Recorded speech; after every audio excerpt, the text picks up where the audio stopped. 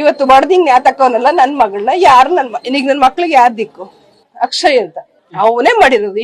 ಅವಳು ಯಾಕೆ ಅಂದ್ರೆ 4 ವರ್ಷ 5 ವರ್ಷದಿಂದನೂ ಅಷ್ಟೇ ಕಷ್ಟ ಜೀವನ ಮಾಡೋದ್ನೂ ಅಟದಿಂದಾನೆ ಬದುಕವಳೆ. ಇವತ್ತು ಬದುಕ್ತಿದ್ಲು ನನ್ ಮಕ್ಳಿಗೋಸ್ಕರ ಬದುಕ್ತಿದ್ವು. ಮಕ್ಳಿಗೆ ಅಪ್ಪನಾಗಿರ್ಲಿ ಕಣಮ್ಮ, ನನಗೆ ಗಂಡಾಗ್ ಬೇಡ ಅವನು, ಮಕ್ಳಿಗೆ ಅಪ್ಪನಾಗಿರ್ಲಿ ಅಂತಲೇ ಬದುಕಿದ್ದವಳು. ಇವತ್ತು ಅದನ್ನು ಕಿತ್ಕೊಂಡು ತಿಳ್ಕೊಂಬಿಟ್ಟವನು. ಇವತ್ತಿ ನನ್ ಮಗ ನಮ್ಗೆ ಈ ತರ ಮೋಸ ಮಾಡ್ಬಿಟ್ಟ.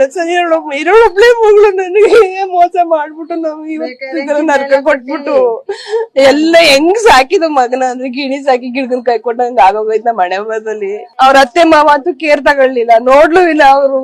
ಏನು ಎಂತು ಎಷ್ಟು ಸತಿ ಹೇಳೋಳೆ, ಅಮ್ಮ ಹಿಂಗೆಲ್ಲ ಮನೇಲಿ ಕುಡಿತಾನೆ, ಹಿಂಗ್ ತಿಂತಾನೆ ಕಣಮ್ಮ, ಬಂದ್ ನೋಡಿ ಮಾಡಿ ಮಾತಾಡಿ ಅಂದ್ರೆ ಒಂದು ದಿವಸಕ್ಕೂ ಅಮ್ಮ ಅವಯ್ಯ ಬಂದು ಮಾತು ಆಡಿಲ್ಲ, ಕಥೆನೂ ಆಡಿಲ್ಲ ಸರ್.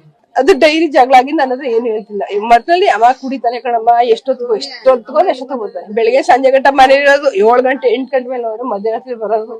ತಿರ್ಗಾ ಮಲ್ಕೊಂಡ್ ಮೇಲೆ ತಕ್ಷಣ ತಿರ್ಗಾ ಎದ್ದೋಟಾಗೋದು.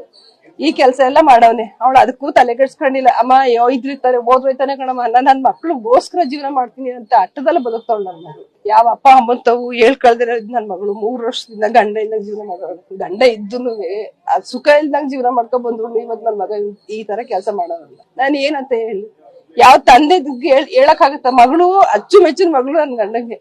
ಇವತ್ವರೆಗೂ ಅವ್ರ ಅಪ್ಪನ ಜೊತೆ ನನ್ ಜೀವನ ಹಿಂಗ್ ಐತೈತೆ ಅಂತ ಹೇಳ್ತಿರ್ಲಿಲ್ಲ.